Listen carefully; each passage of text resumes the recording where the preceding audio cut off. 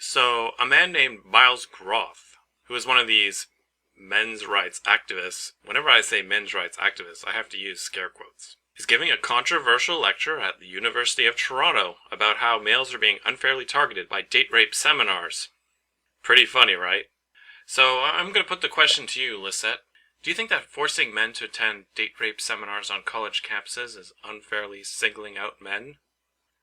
Okay, this topic makes me very nervous, so I'm just gonna stare at you and at the floor for the whole show, if that's okay. So I'm not gonna look at the cameras at all.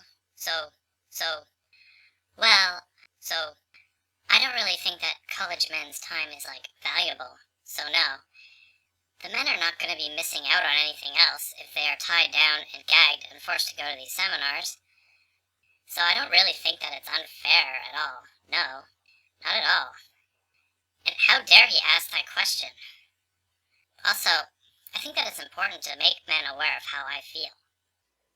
I agree, but I also think that women should have to go to these teaching men not to be scum seminars as well, because it would be a very valuable experience for women also. Well, yes, because then women can also learn about all the terrible things that men can, do to them, so that they can learn to be more cautious around men. Absolutely. So this Miles Groth guy is basically saying exactly what I'm saying, that rape is always bad no matter who does it. But he sort of goes way too far, I think, and basically implies that we should not be blaming it all on men. I mean, blaming men is kind of the point, right? You know? We should be allowed to point out that men are more likely to rape, right? I mean, what's wrong with having that beaten into our brains? How is that discriminatory?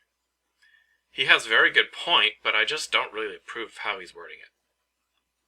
Well, what I learned at the date rape seminar is that rape is all about power and control, and I think that this men's rights movement is really just about men who are losing some of that power and control that they are so used to having.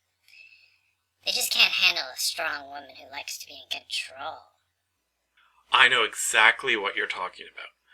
I think that for anyone who's used to being on top, they will feel a bit uncomfortable at being on the bottom at first.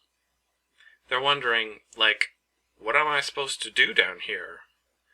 But you don't really need to do anything. Just relax and enjoy. And, when you get spanked for the first time, it kind of hurts. Trust me, I know. I think that the blindfold and the handcuffs can be a little intimidating at first. But once you try it, trust me, you're going to be begging for more. And people often call me a masochist, but I'm really not. I just like to be spanked. But you know what? I also don't like the way a lot of feminists almost go too far when they sort of almost imply that if two people are drunk and they have sex, then that means that it was the man who was the date rapist and not the woman. Does your rationalization hamster have anything to add to that? Well, you see, John, according to science, women have a lower average tolerance to alcohol than men do. So when women are trying to prove to men that they can drink just as much alcohol as a man can and still be okay, then that puts women at an unfair disadvantage. So women are actually influenced more by the same amount of alcohol. Thank you for correcting me there, Lissette. Now I see why I have you on my show. You are so smart. I was totally wrong. What was I thinking? I was a really bad boy. I think I deserve another spanking after the show. And I'm also looking forward to my spanking from those MRAs.